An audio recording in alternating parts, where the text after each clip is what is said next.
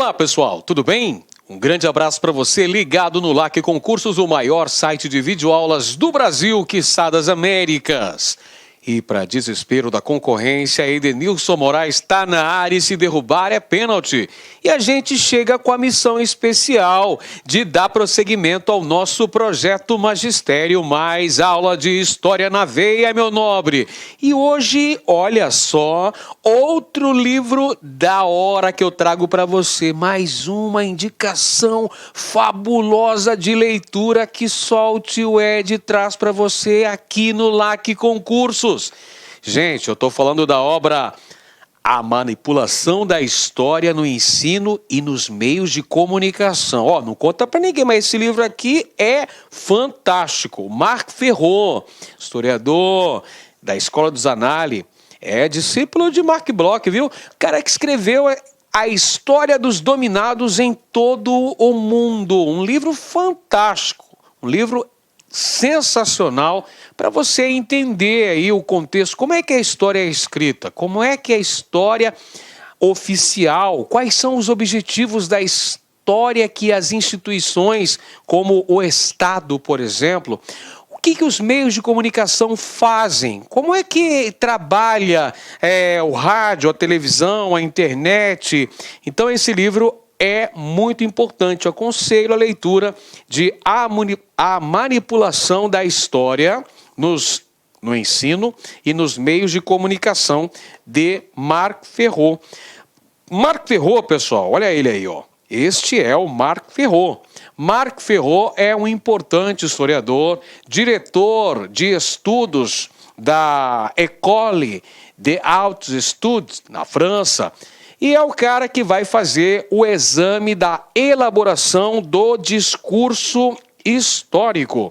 Ele vai confrontar a chamada história institucional. O que é essa história institucional aí, Edenilson?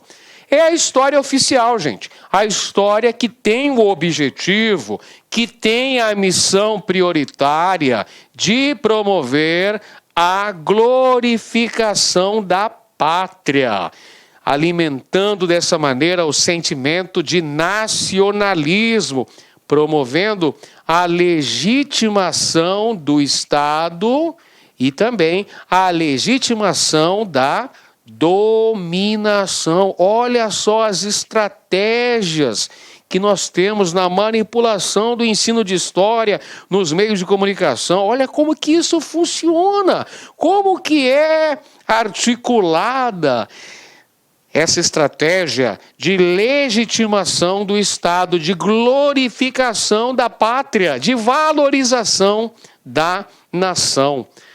Para isso nós vamos ter grandes nomes, grandes heróis, grandes feitos, grandes acontecimentos. Isso serve para legitimar uma ordem. Isso serve para glorificar o passado da pátria, o passado da nação.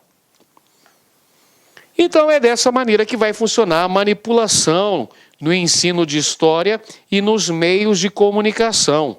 É a obra do Marc Ferron. Ele vai abordar neste livro de que maneira que vai acontecer esse processo que tenta controlar o passado, porque controlar o passado ajuda a dominar o presente. Então, quem consegue controlar o passado também vai conseguir dominar o presente. Então, perceba que a manipulação tem intencionalidade. E ele vai questionar também o fato de estados, igrejas, partidos políticos e interesses privados serem proprietários de veículos de comunicação e reprodução, tais como emissoras de rádio, emissoras de televisão, jornais, editoras, portais de notícia, sites na internet, produtoras de filmes e por aí vai. O objetivo é trazer um passado uniforme. O grande lance é controlar o passado para dominar o presente. Vamos aí encarar a primeira questão aqui, gente, sobre o livro A manipulação da história no ensino e nos meios de comunicação, do Marc Ferro. Controlar o passado ajuda a dominar o presente, a legitimar tanto as dominações como as rebeldias. Ora, são os poderosos dominantes estados, igrejas, partidos políticos ou interesses privados que possuem e financiam veículos de comunicação e aparelhos de reprodução, livros escolares, histórias em quadrinhos, filmes e programas de televisão. Cada vez mais entregam a cada um e a todos um passado uniforme. E surge a revolta entre aqueles cuja história é proibida. Eis aí uma citação extraída de A Manipulação da História no Ensino e nos Meios de Comunicação, de Marc Ferro.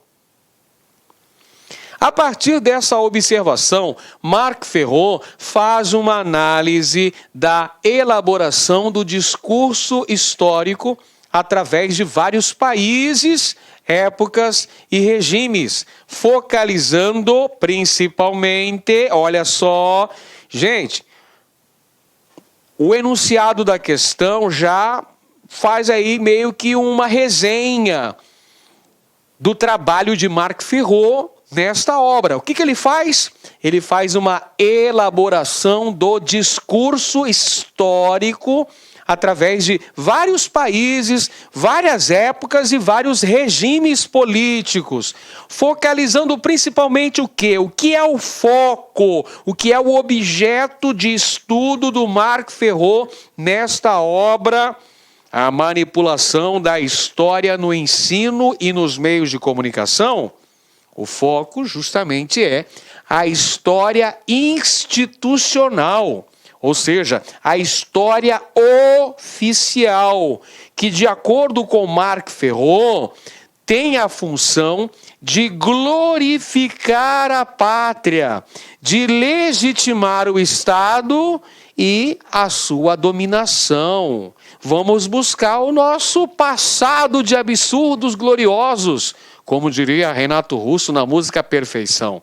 É isso aí, Marc Ferro vai justamente focalizar a história institucional que, de acordo com o referido autor, tem a função de glorificar a pátria, legitimar o Estado e a dominação. A alternativa correta, letra A. Vamos conferir as outras alternativas? É sempre bom, né, pessoal? Para desencargo de consciência, é sempre uma boa alternativa conferir as outras, não é? É sempre legal a gente ter a cabecinha tranquila para repousar no travesseiro, né? É isso aí, vamos lá. Letra B. As novas tendências da história que para ele contribuem para a criação de um espírito crítico sobre a sociedade. Não. Justamente o contrário, ele está pregando justamente a manipulação do ensino de história e nos meios de comunicação. Tá? Então ele está questionando a história oficial, a história institucional que legitima o Estado e a dominação. Letra C, as teorias construtivistas que para ele mudam a imagem do passado à medida que mudam a função da história. Não é esse o objeto de estudo de Marc Ferro.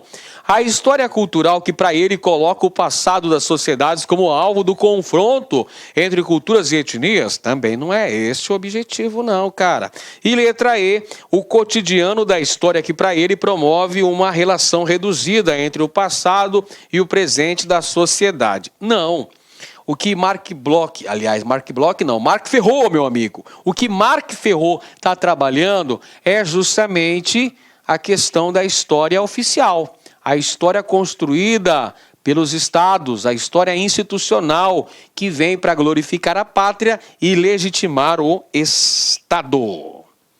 Segunda questão, vamos lá. Como no resto da Europa católica, na Polônia, o antissemitismo é nutrido desde a infância pelos ensinamentos da Igreja. Olha aí, esta é uma citação extraída da obra A Manipulação da História no Ensino e nos Meios de Comunicação, do Marc Ferrot, falando que na Polônia o antissemitismo é alimentado desde a infância nos ensinamentos da igreja. Igreja o quê? Católica. Está dizendo aqui a Polônia como no resto da Europa católica. O trecho pode ser corretamente relacionado. Alternativa A. A fundação do Estado de Israel em 1919, logo após a Primeira Guerra Mundial, ao mesmo tempo em que a França impunha à Alemanha derrotada a formação do Estado Nacional polonês. Não. O Estado de Israel foi formado após a Segunda Guerra Mundial, 1948. Alternativa B. A decisão tomada pela Liga das Nações, à época de sua fundação, que determinava o direito à autodeterminação dos povos e defendia a construção de guetos para proteger as religiões minoritárias. Alternativa incorreta também. A defesa da autodeterminação dos povos foi feita pela ONU após a Segunda Guerra Mundial. Alternativa C. Ao projeto sionista que defendia a fundação de um Estado Nacional Judaico e a consequente migração de judeus da Europa para a Palestina desde o final do século XIX e início do século XX. Agora sim, encontramos a alternativa. Olá, pessoal, tudo bem? Estamos de volta com o nosso Projeto Magistério, com as nossas aulas de História. E hoje a gente fala sobre teoria e prática nas aulas de História. Vamos começar falando sobre a escola metódica, influenciada pelo positivismo, que surgiu lá na segunda metade do século XIX e que foi responsável por tornar a história, por encarar a história como uma ciência. Então tá aqui, ó, a história como disciplina acadêmica, a história enquanto ciência, isso vem no século XIX através da escola metódica, que estabeleceu os principais pressupostos teórico-metodológicos para direcionarem a pesquisa na história.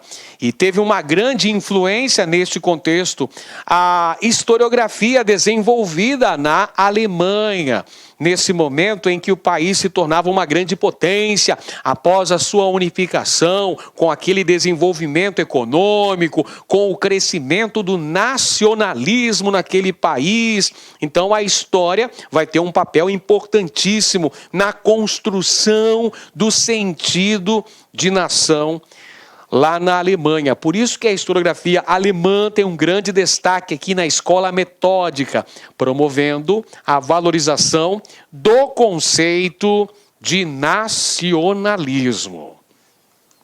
Muito bem, vamos conferir uma questão sobre esse assunto aí, a escola metódica.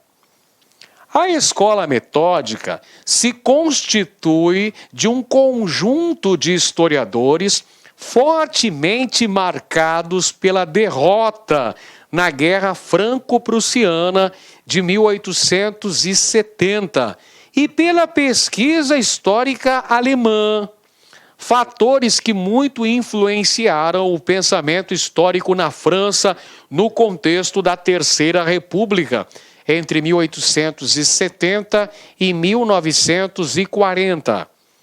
A derrota do exército francês marca, além de um trauma na história do país, uma ruptura na historiografia do período, conferindo à nação não só a necessidade de uma segunda origem que suplantasse o fracasso militar, mas também a de novas formas de representar a história nacional, fundando ou refundando identidades. A influência do pensamento histórico alemão está no fato de muitos dos principais historiadores franceses do período terem realizado seus estudos na Alemanha. Muito bem. Comando da questão.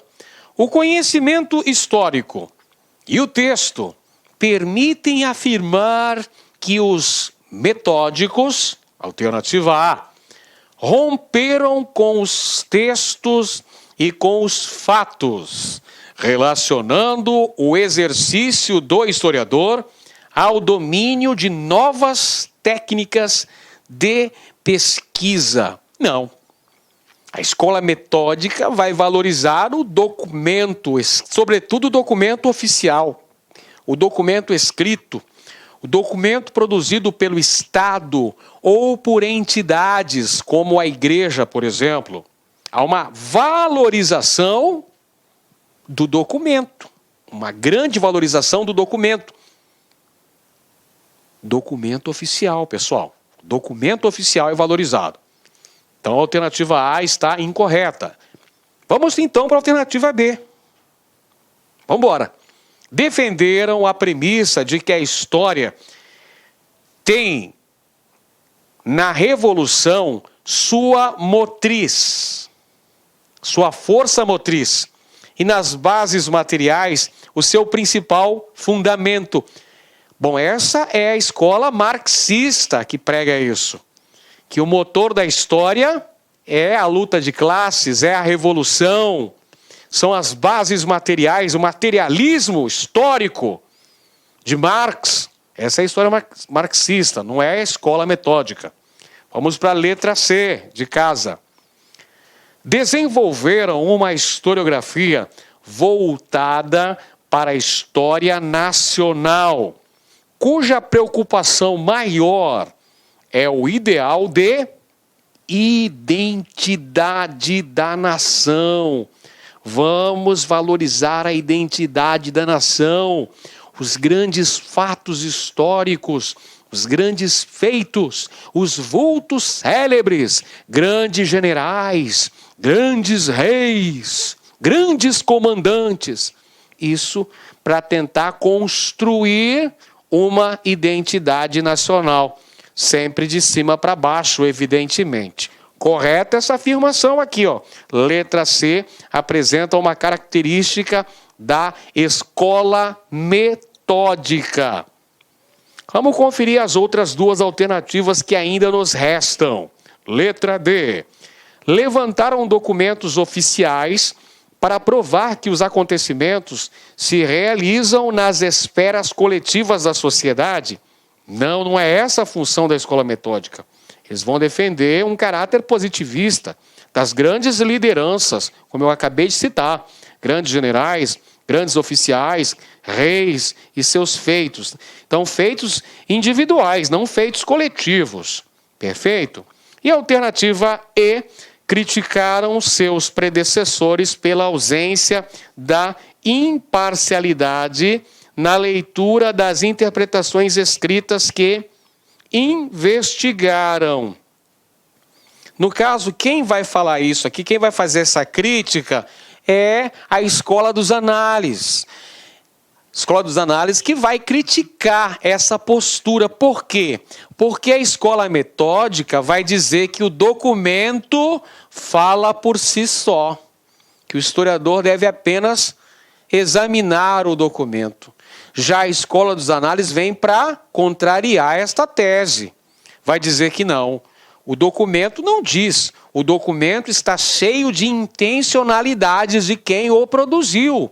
Cabe ao historiador fazer essa crítica documental. O historiador é que deve saber as perguntas que devem ser feitas ao documento, para que ele apresente o seu significado. Muito bem. Vamos para mais um tema. Agora falamos sobre o milagre brasileiro. Vamos falar um pouco agora sobre a história do Brasil, período da ditadura militar, os anos de chumbo. O milagre brasileiro foi um período de grande crescimento da economia brasileira. Um período em que nossa economia crescia o equivalente a 8 a 12%, de 8 a 12% ao ano.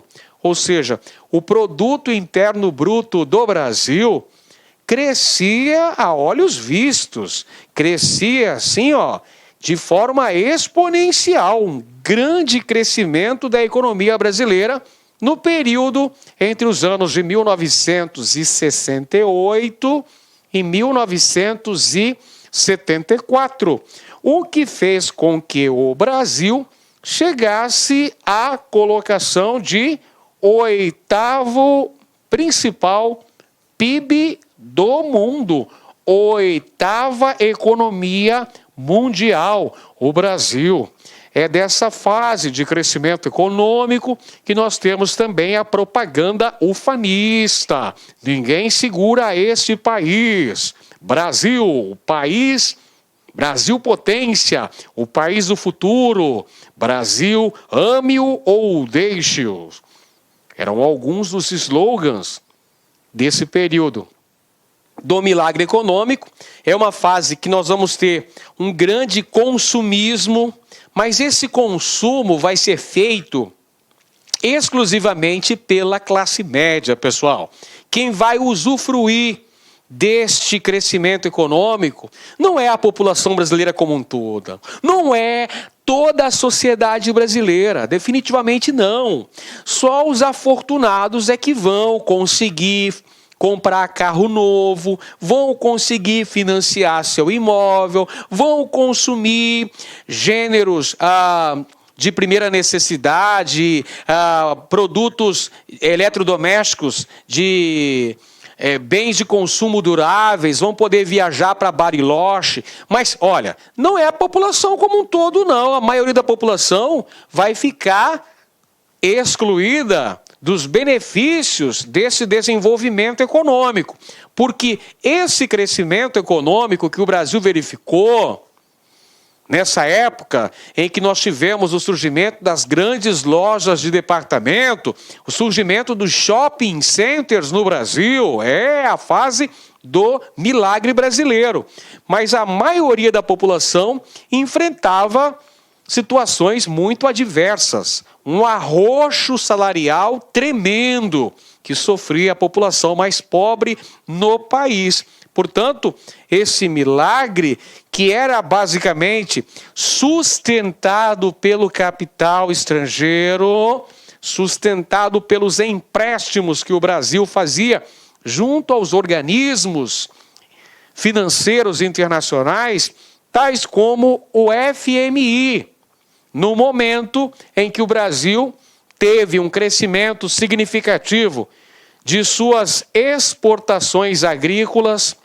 Nós temos o crescimento de uma nova fronteira agrícola no Brasil, que foi a região centro-oeste, crescimento da produção agrícola em Mato Grosso, em Goiás. Nós temos uma grande abertura da economia brasileira para o capital estrangeiro, para as empresas multinacionais, e temos a construção de grandes obras públicas. Você certamente já ouviu falar das chamadas obras faraônicas. As obras faraônicas que foram construídas no Brasil durante esse período aí, transição da década de 1960 para a década de 1970. Obras faraônicas tais como a rodovia transamazônica, que nunca ficou pronta, a ponte Rio-Niterói, não por acaso a ponte se chama Presidente Arthur da Costa e Silva. A construção de usinas hidrelétricas, tais como a usina de Itaipu, à época a maior usina hidrelétrica do mundo. Construção da usina de Tucuruí. Nós tivemos também a construção das usinas atômicas, Angra 1, Angra 2, Angra 3. Ou seja, essas são as chamadas obras faraônicas, que foram construídas mediante empréstimos contraídos pelo governo junto ao FMI, que deixaram como herança uma pesada dívida externa no Brasil. Vamos então conferir uma questãozinha sobre esse assunto. Um professor utilizou um gráfico elaborado pelo economista Paul Singer para comparar a distribuição de renda no Brasil em 1960 e em 1970. Distribuição de renda no Brasil entre 1960 e 1970. Temos as classes econômicas, classe A, classe B, classe C, classe D, classe E. Em 1960, a classe A tinha o equivalente a cerca de 11% da renda total do país. A classe B tinha cerca de 15% da riqueza da renda total do país. A classe C, por sua vez, tinha pouco mais de 27%. A classe D tinha quase 28% e a classe E detinha 17,7% da renda total do país. A renda per capita em cruzeiros em 1953 da classe E era 253 cruzeiros, da classe D 662 cruzeiros, da classe C 1.295 cruzeiros, da classe B 2.780 cruzeiros e da classe A 8.350 cruzeiros. Olha a disparidade econômica. Nos anos 70, vamos conferir, pessoal, a classe A representava 17,8% da renda, ou seja, houve um aumento. De 11 foi para 17,8%. A classe B foi de 15,6 que tinha nos anos 60, foi para 18,5 nos anos 70. A classe C caiu um pouquinho, né? De 27 caiu para 26,9. A classe D caiu de 27 para 23%. E a classe E caiu de 17 para 13%.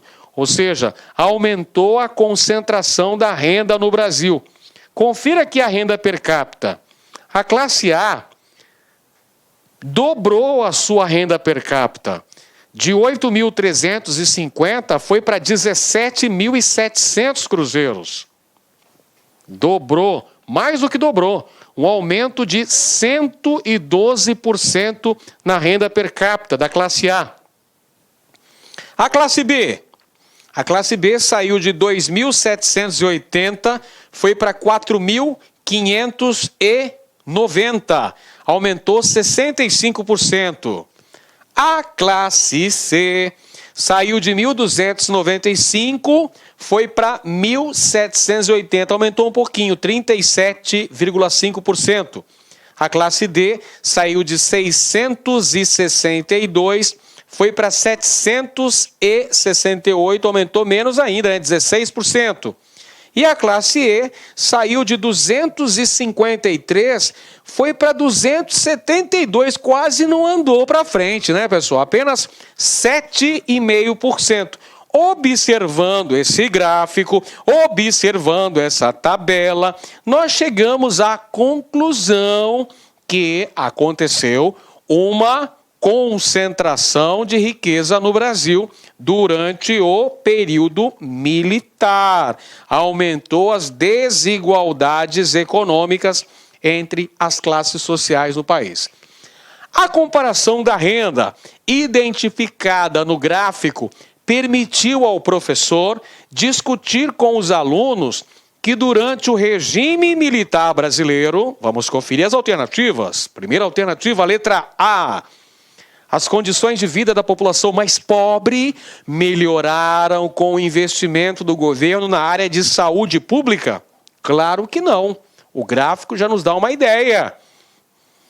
já nos dá uma ideia do arroxo salarial que as camadas menos favorecidas foram obrigadas a conviver.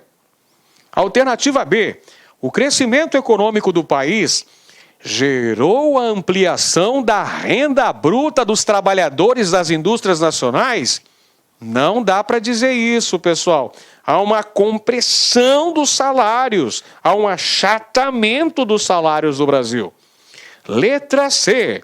O milagre econômico desdobrou-se em distribuição da renda, ampliação do poder de compra dos assalariados?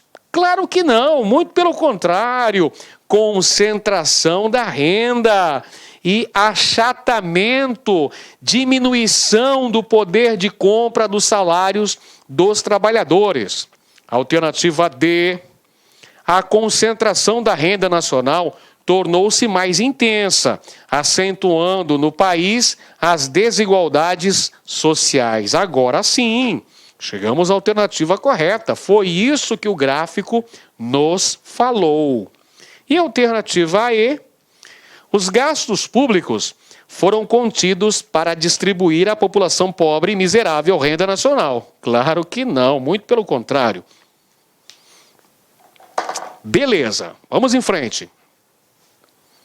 Vamos falar agora sobre eleições presidenciais.